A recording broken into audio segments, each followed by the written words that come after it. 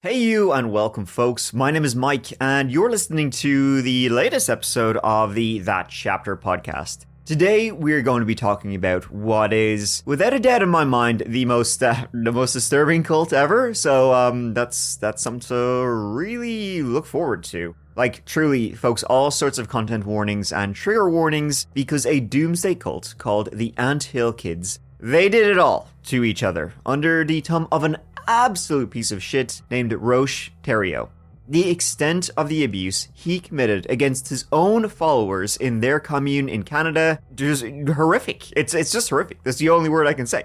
I'm talking like surgery on them, experiments, every kind of thinkable and possibly unthinkable abuse. So with all that said, and also get prepared for like the worst trigger warning of all, which is my very poor French-Canadian pronunciations, let's give it a go. The story of the Ant Hill Kids with part one, because there's so much here, folks. It has to be a two-parter. There's no two ways around it, because there's only two ways to do it, part one and part two. But let's begin with the man himself, his sort of kind of normal upbringing, but the horrific stuff he would start doing before we get to the more horrific stuff he did. Roche Thériault was born the second of 7 children in Saint-Félicien, Canada, May 16, 1947, to very poor and very Catholic parents, Hyacinthe and Pierrette. The circumstances of his conception really made Roche's early life far from easy from the very start. Roche's mother had been raped by her own father, and he was the result of one of those many assaults. Despite being completely out of his control, the horrific nature of his conception led to his extended family to ostracize both Roche and his mother. Roche was raised in Thetford Mines, a small city in south-central Quebec, Canada, where he would spend the majority of his life, when he wasn't in prison, at the very least. Now, one thing almost everybody agreed about Roche, even as a young child, was that he was very obviously more intelligent than the average kid. Even with his natural academic aptitude though, Roche's difficult and often violent home life meant he was only able to complete school up until 7th grade. After dropping out of school, and with absolutely no family to support him, Roche found himself homeless and moving from occasional job to occasional job, until he was finally able to find some stability and set up a small woodworking business making furniture. It should have been a turning point that brought permanent discipline and structure to Roche's life. Instead, his life would take a sudden and dark turn into a direction that few could have seen coming, because the stuff people get up to with the Ant Hill Kids cults, you couldn't write this shit. The truth about Roche's home life, now it depends, sort of like much in this story, about whose word you believe. Both his parents now, they claim though they never laid a finger upon him. Roche though, he swears blind that he was abused and severely beaten as a child. Now, Hyacinthe Thériault, who was his stepfather, he was a labourer and a member of the White Berets. Basically, they were a product of the Depression, and as most products of difficult times, they can be super fascist about things, and they blamed all their problems in the world upon Jewish conspiracies. The usual. You know where that's going. Now, Roche was not a big fan of his stepfather's beliefs, both political and religious. In particular, he hated being made go door to door to deliver White Beret propaganda leaflets. I mean, ironically, he would later do the very same, but for a very different cause. Now, not to imply that Roche had been a stranger to religion during his upbringing, but the fervor with which he took to it in the early 70s surprised everybody he knew. Like growing up, his mother had insisted he would eventually go to the seminary and become a Catholic priest. And she often told him it was his destiny to become a priest, and he will become sort of a spiritual leader, just not any official one. Now, Roche had never shown any signs that he would in fact fulfill his mom's prophecy until 1972. That is, when he suddenly became intensely fixated on reading and studying the Old Testament. Over several years, Roche taught himself about the Bible and began to believe that the end of the world, classic cult leader right here, right? The end of the world is coming, and it would be caused by a war between the forces of good and evil. Along with religion, Roche also had a long-standing and very unhealthy obsession with human anatomy and the idea of performing various surgeries. From a young age, in an effort to be a self-taught intellectual, because this guy really believes he's an intellectual, Roche would spend hours reading anatomy textbooks. Now, Roche's attempt at becoming an intellectual autodidact would later take a brutally dark turn, as his mental health would also take a dive. Combined with his delusions of grandeur and loosening footing in reality, the little knowledge Roach absorbed would become one of his most dangerous characteristics, because later on he will get very obsessed with the idea of doing surgeries. For himself, Roach was a sickly and physically meek fella. He suffered from stomach ulcers from his early 20s, and that would require several operations, likely why he was so obsessed later in life with anatomy. But those surgeries, rather than improve his condition, they actually made things worse for him, and he was left with a condition called dumping syndrome. Basically, that means your body, it's not absorbing nutrients and vitamins and stuff like that from your food like it should, leaving the sufferer drained of energy and feeling chronically exhausted. So growing up, obsessed with religion, had a weird relationship with his parents. Just a weird fella. And it's hard not to see why he wouldn't be. Again, his grandfather and his mother, he was born in not great circumstances. His stepfather was a fascist. And then he was obsessed with surgeries. And then the Old Testament. Not off to a great start here. But on November 11th, 1967, Roche married Francine Grenier, with whom he met at a dance, and he would go on to have 2 children with her, Roche Sylvian in January 1969 and Francois in April 71. The long and short of it is that Roche was a terrible husband and a terrible father, both failing to support his family, and he would also constantly cheat on his wife, so it's no surprise that she would file a petition for divorce in 1974. The only surprise was that it took so long before she did.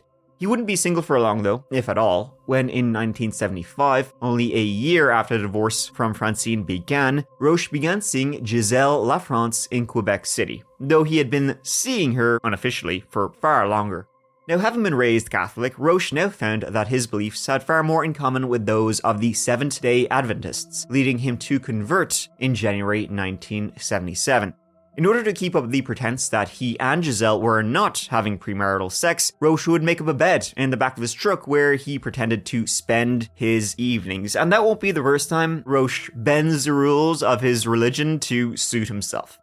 Now, the Church of Seventh-day Adventists are separated from others of the Christian denomination in their unique beliefs regarding the afterlife. Essentially, they believe there isn't such a thing as hell, and that the dead are in a state of limbo until the literal second coming of Jesus, when the good and righteous will be brought back to life to ascend to heaven. But the evil and other assorted heathens, all those folks, they'll either be eventually accepted into heaven, or after a 1,000-year period of judgment, and depending on their level of sinning, be purged from existence by the returning Jesus and his army of followers. In practice, though, the biggest difference between SDAs, Seventh-day Adventists, and other Christians is that they observe the Sabbath on a Saturday, not a Sunday. Other than that, though, their regular day-to-day, it's not too different from other run-of-the-mill branches of Christianity. And Roach made this church his entire personality. He gave up tobacco, drinking, and generally unhealthy living in accordance with the church's teachings. And of course, he quote-unquote gave up premarital sex. But, he claimed to follow the vegetarian lifestyle. Now, eating meat, it's not banned by the church, but it's frowned upon. He would still drink, eat meat, have sex with whoever he wanted in secret, wink wink, real religious fella. Absolute hypocrite. What a surprise! Now, in early February 1977, Roche later claimed to have visions predicting the Jonestown Massacre. That was still almost 2 years away, though of course Roche's claims would be after the fact, of course. In May of 1977, Roche began working for the church, giving seminars on detoxification, which is how to quit smoking. Now, the courses did well and were popular among folk, and Roche clearly enjoyed being in the limelight the position afforded him. Over the next few months, Roche began to cozy up to the more zealous and psychologically malleable among the Seventh-day Adventist community. He actually managed to persuade 5 of them to move into the small apartment he was sharing with his girl, Giselle Lafrance. In September of 1977, shortly after Roche's divorce from his first wife, Francine Grenier, became finalized, he and his little minions traveled to Saint-Marie-de-Beauce, where they established a small store called Clinique Vive and Sante, which is healthy living in Anglais, and I presume it's that in French, just very poorly butchered French. But you can already see that Roche, he's beginning to enjoy attention, enjoy adoration, enjoys telling people what to do, giving his little seminars, and he's also very adept at finding people who are psychologically vulnerable, let's say. This is now the truly beginnings of what will later be called the Ant Hill Kids cult. and the group would gain 2 more members in Saint-Marie de Beauce, Jacques Giguère and his wife Marie Scrinier. The group traveled around Quebec province, ostensibly offering more detoxification courses, how to quit smoking folks, but also keeping an eye out for new recruits for their weird little sect.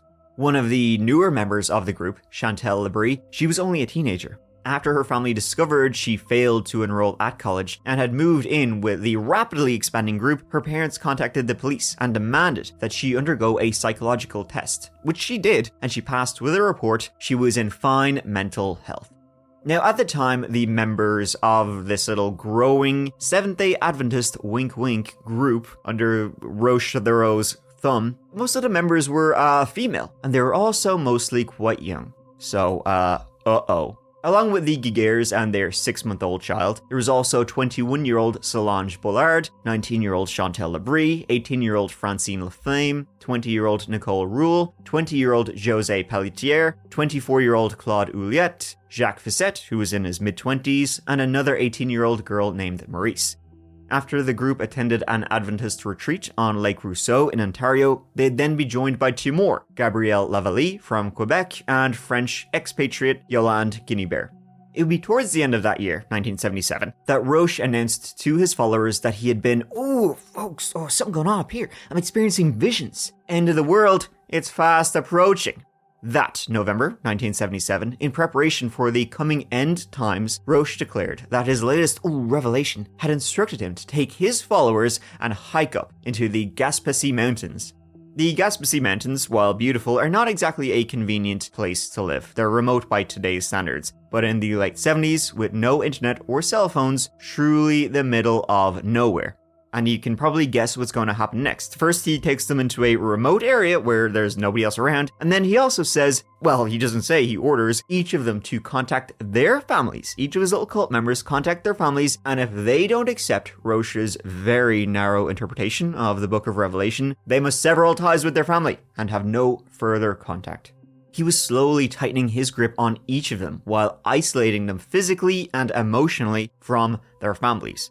Roche had quickly transformed from being like this motivational speaker, how to quit smoking, this hero of how to quit smoking, with a strong following, because I guess his teachings about detoxification, they did work. He was going though from that into a controlling cult leader. This is over the course of like a handful of years.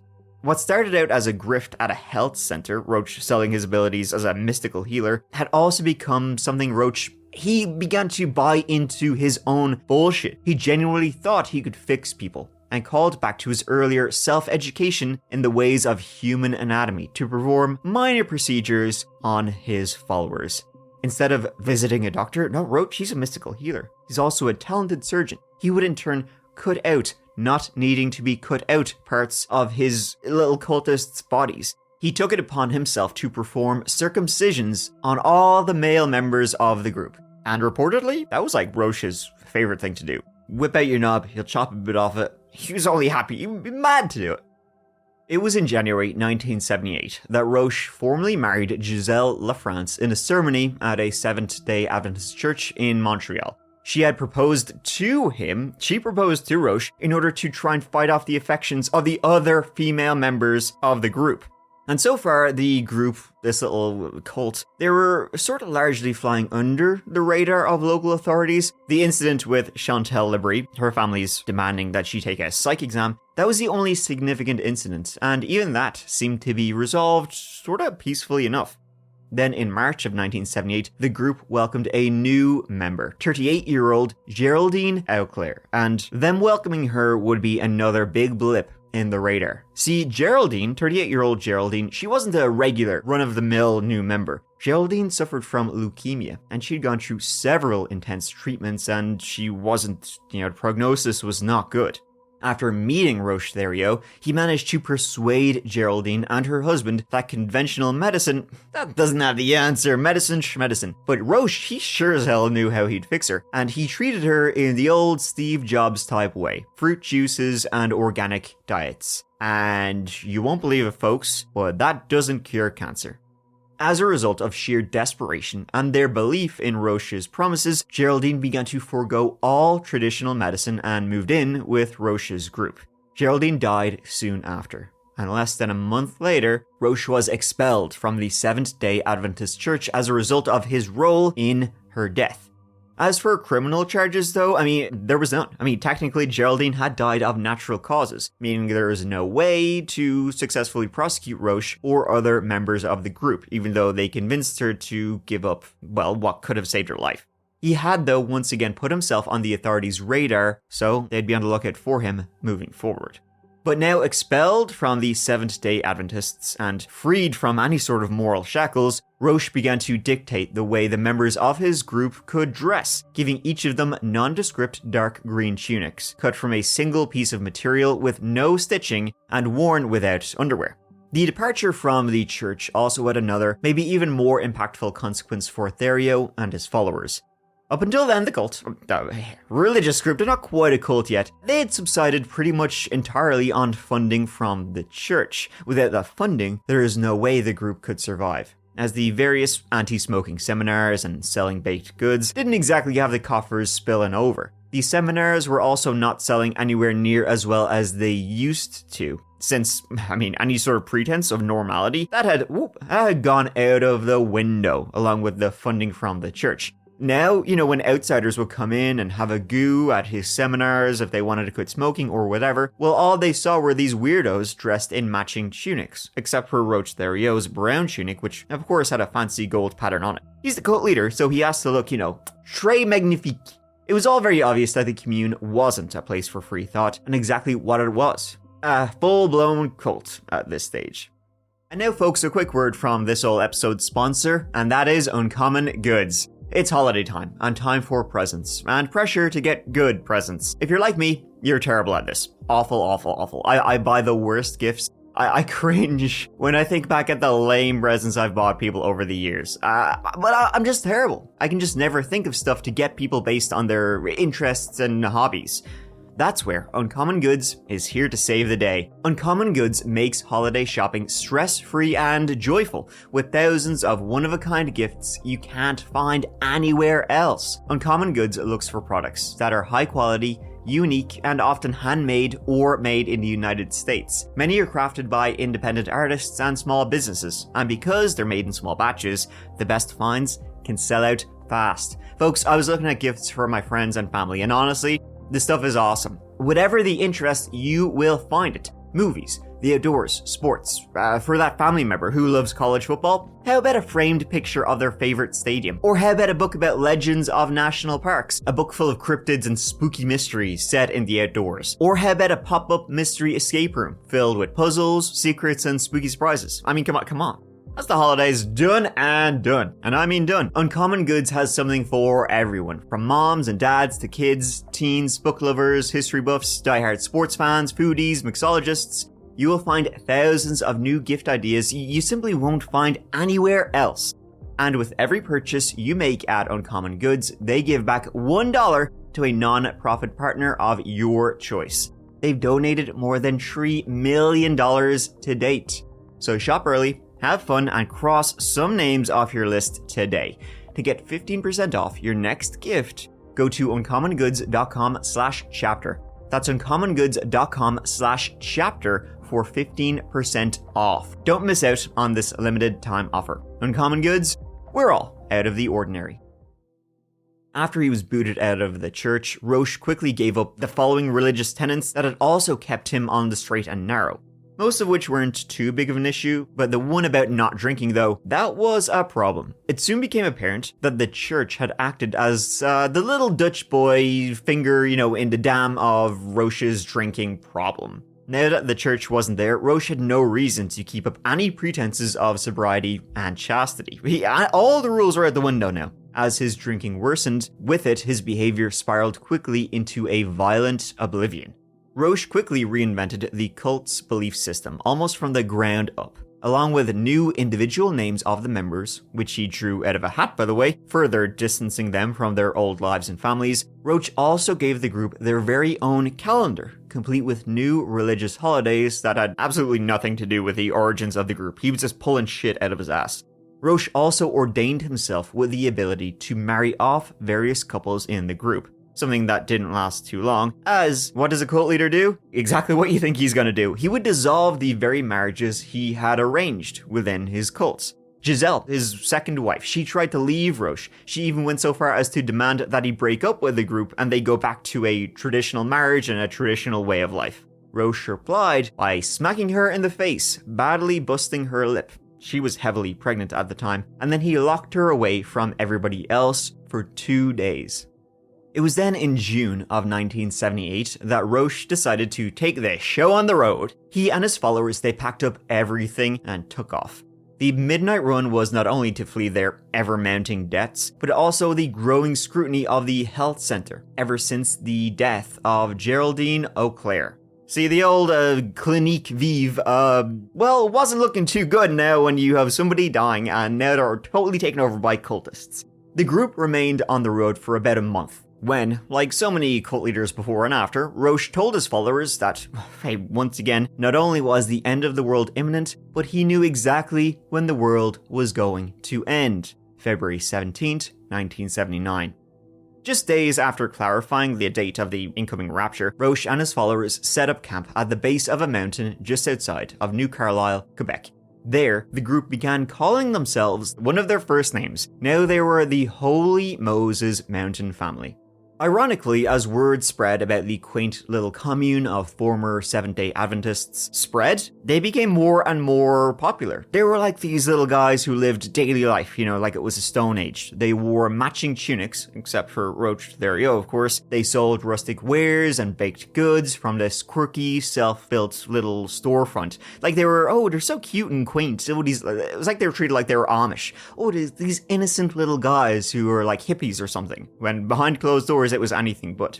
And so the Holy Moses Mountain Family actually became something of a popular tourist destination, and after articles about them appeared in several Quebec-based papers, people then from all around the province, and some even further, began to visit the otherwise isolated sect.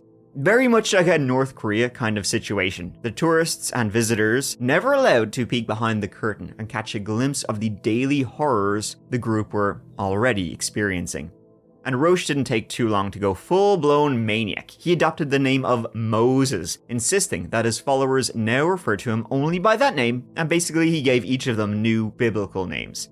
During the construction of the central communal cabin at the camp, several members of the group decided that they'd had enough and that working 17 hours a day with picks and shovels, not exactly their cup of tea, not what they'd signed up for. These included Yolande Guinea Bear, who claimed her passport had expired in order to return to France, and Leo Mark Fulcher, who joined the group with his wife and child and had given up all worldly possessions.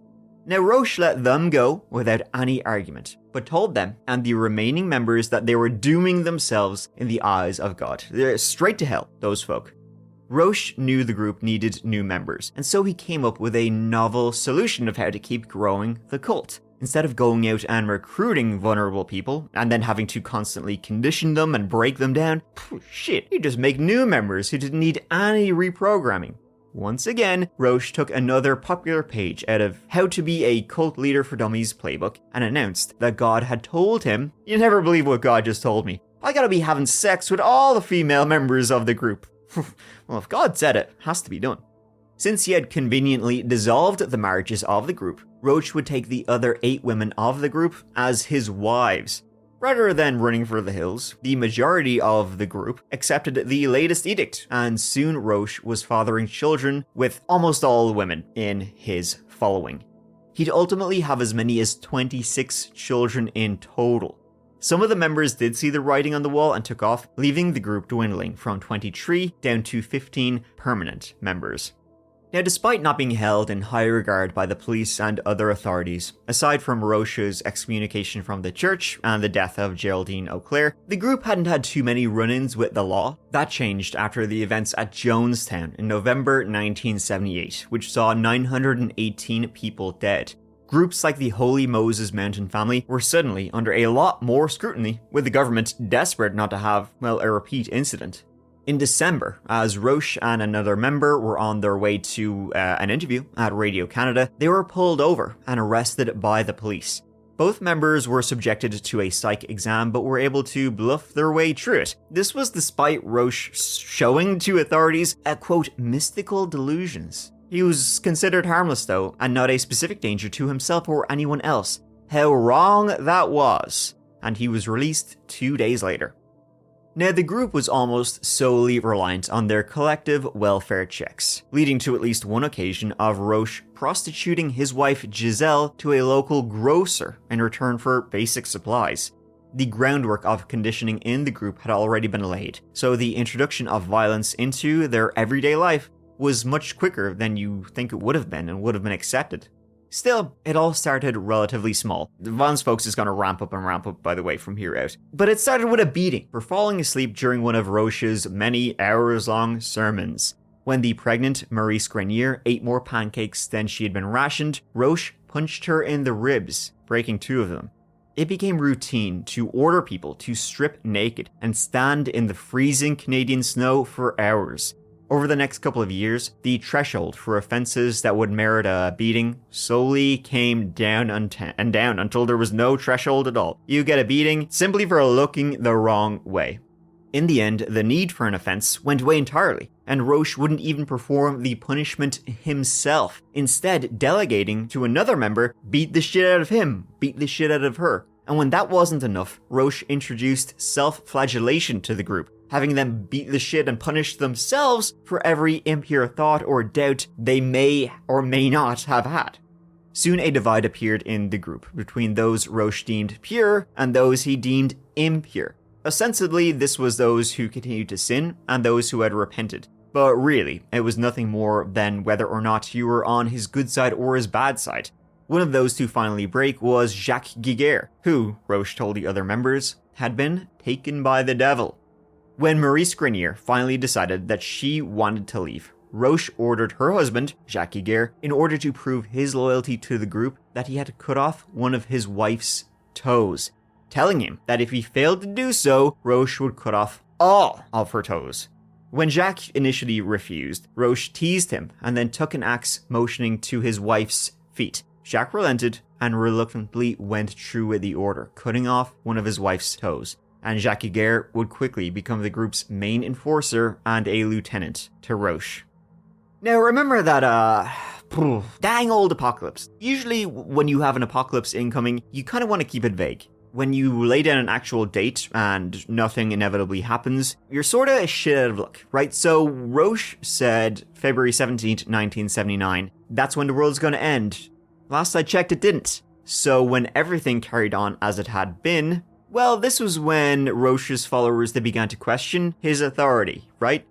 So partly out of fear of the group doing a Jonestown, several of the members had their families try to show up and break them out of Roche's control, now that the apocalypse had come and gone with no apocalypse. But of course Roche had an answer to that. Roche explained to his flock he hadn't been wrong about the end of the world. Not at all, he's never wrong. Listen guys, I'm taking my orders from God, and God's time doesn't run, linear. What time is to them, it could be months in the past or future to God. To God, time is a flat circle, after all. Bullshit, but his preconditioned followers, to them it made perfect sense, and soon they fell back under his spell and told their families to take a hike.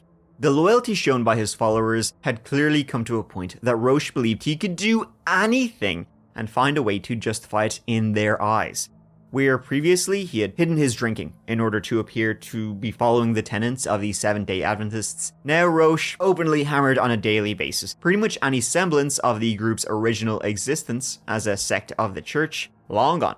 Having seen his followers openly and consistently reject their family's attempts at reconciliation, Roche knew there was no limits to his power, and his rules were all that mattered, and he wasn't shy about using violence to enforce them. Soon after the day of prophecy had come and gone, Chantal Labre's parents were able to obtain a court order mandating that their daughter be given a thorough psych exam. However, when the police came, Roche shot himself in the foot when the 2 officers came to execute the order, and he failed to allow them entry or for Chantal to come out to them. This led to the police returning with more of their police buddies. This is about a month later. They took Roche Thériault in, and he himself was ordered to undergo a detailed psych exam in Quebec. Once again, though, Therio was able to persuade the doctors that not only was he no threat to anyone, but he'd saved the young woman from a life of drugs. Essentially, he made it seem to the authorities he's running kind of a detox, a refuge, like an Amish away from society refuge, back to basics. And he was released and given a suspended sentence for the obstruction charges.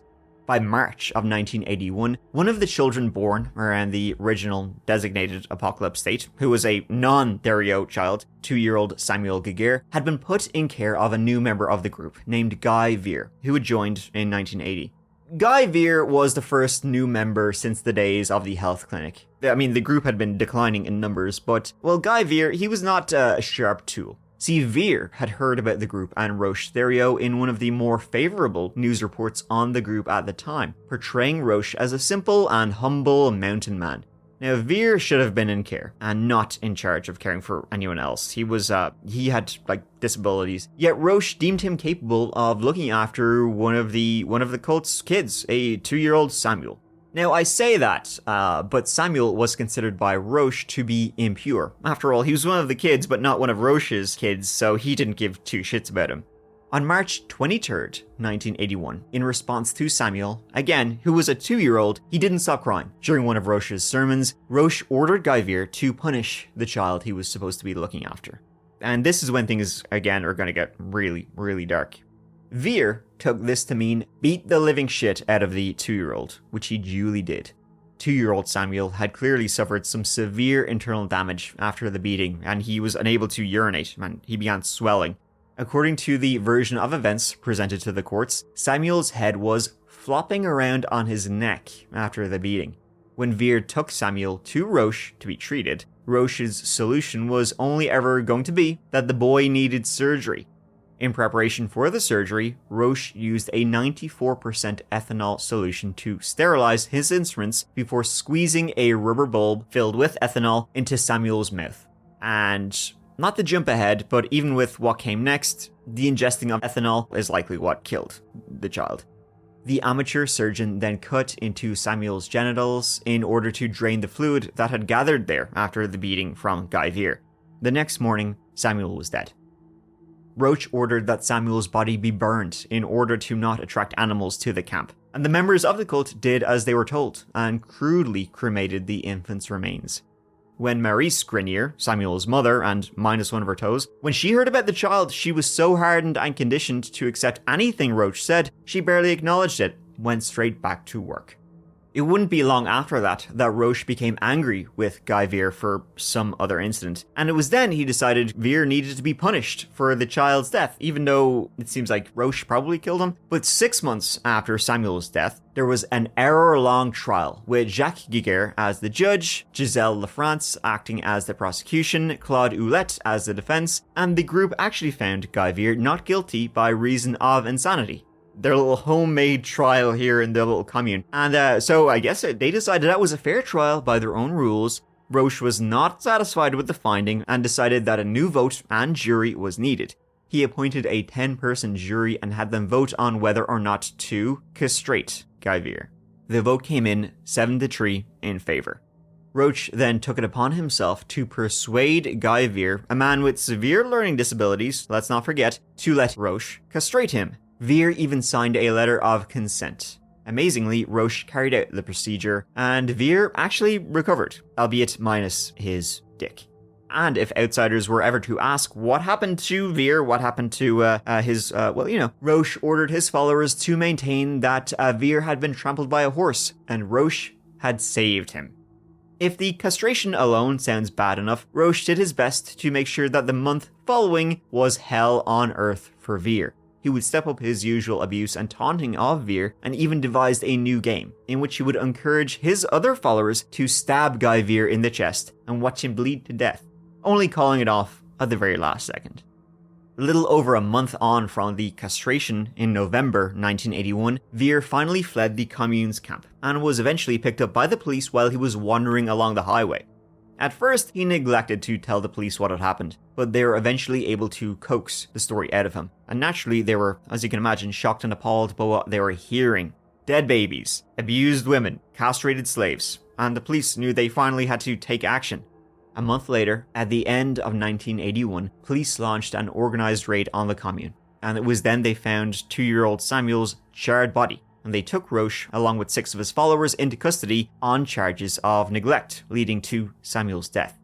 The 7 children in the commune were taken into custody, but the parents were given a chance to get their children back if they'd simply agreed to leave the Holy Moses Mountain family. None of the parents agreed to leave the cult. The authorities took the chance to cleanse the forest camp where the group had established their commune, what Roche called the Eternal Mountain. And then in January of 1983, rangers went in and evicted the remaining group from what it had always been an illegal squatting site.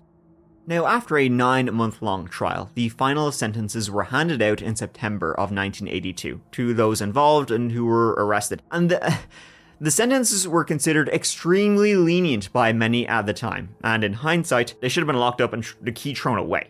Roche, he basically threw Veer under the bus, said it was all his fault, and his followers, the other people who were taken in, they said the same. They all blamed Guy Veer. Roche escaped with just a 2-year custodial sentence, despite definitely being involved in killing a 2-year-old plus 3 years probation. And after a further reduction for good behavior, Roche Therio was released in February of 1984, when he immediately went right back to his followers of 3 men, 9 women, and 10 children. And the real horrors were only about to begin. That is when the cult becomes the infamous Anthill Kids.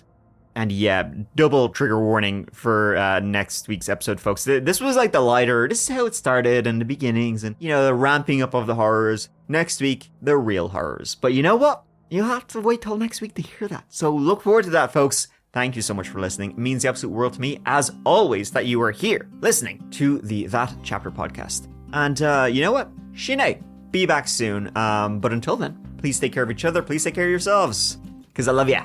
Mike out.